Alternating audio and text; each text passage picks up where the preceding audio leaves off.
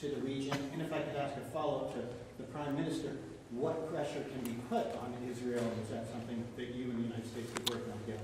Israel has a lot of responsibility. They're hampered by the fact that you still have 20 hostages or so. And the people of Israel are very concerned about the 20 hostages. It's very interesting. You could say they could be more concerned about retribution than the 20 hostages, but they really want the 20 hostages to survive and live to make it. You know, many of the hostages came to my office in the Oval Office, and I was amazed by, I would ask them the question, was there any sign of love?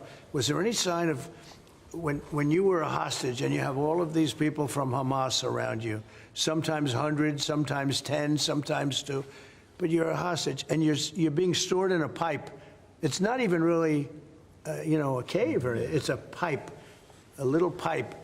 And some said they didn't think they were going to make it because they were losing air. There wasn't enough air, and they'd open up the pipe just in time, but they didn't do it on purpose. They just happened to open it. They got lucky.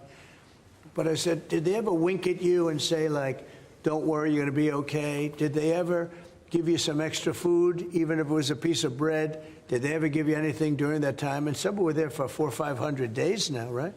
It's a long time, a year and a half, more than that. And not one person said there was any love from anybody. You know, in other words, you have hundreds of people. And you see it in the movies where somebody's a prisoner and somebody's helping. You even see it with Germany, where people would be let into a house and live in an attic in secret. You know, you'd see signs of stuff.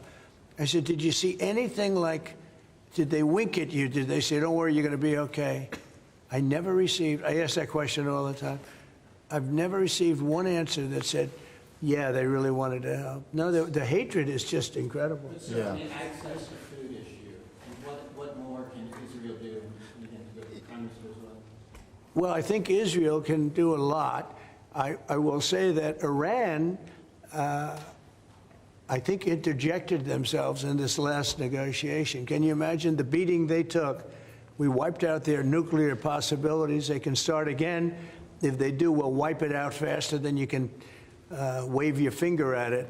We'll have to do that. We will do that gladly, openly and gladly. They've been saying, Iran's been sending out bad signals, I'll tell you. For a country that just got wiped out, they've been sending very bad signals, very nasty signals. And they shouldn't be doing that. They shouldn't be doing that. They were talking about things that they shouldn't be talking about. They were interviewed on a recent show, and the foreign minister saying things that he shouldn't be talking about, shouldn't be saying. And I think they got involved in this negotiation, telling Hamas and giving Hamas signals and orders, and that's not good.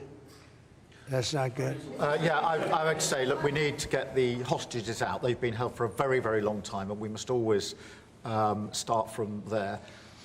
But also recognise the situation on the ground in Gaza is absolutely intolerable, and I think that certainly speaking for the British public and myself, seeing those images of starving children in particular are revolting, and there's a sense of revulsion in the British public at what they're seeing, and they know, and we know, that humanitarian aid needs to get in at speed, at volume.